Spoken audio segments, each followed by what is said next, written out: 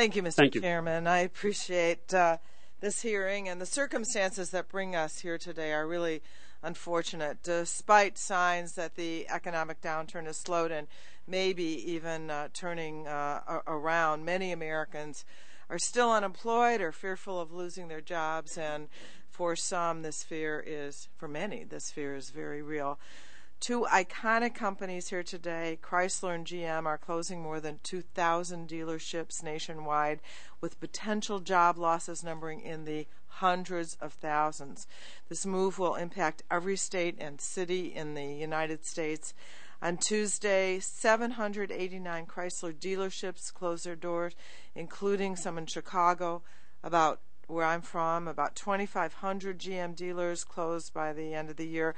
There are 3 GM dealers in my district and another 4 nearby that my constituents depend on. There's been no public announcement of whether any of those businesses will close, but the employees and their families go to sleep every night wondering what the news will bring in the morning.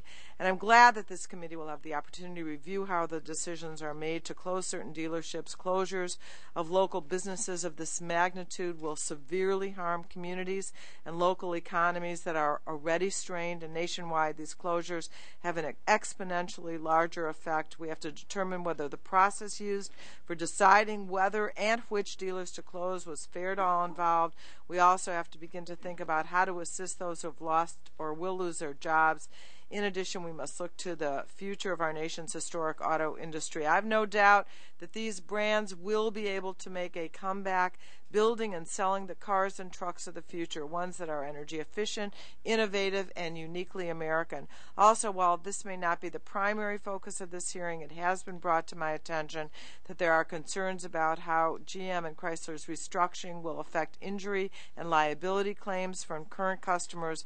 I think this issue is important and is something that we may want to consider in the future. Thank you, Mr. Chairman, for your indulgence, and I yield back. Thank you.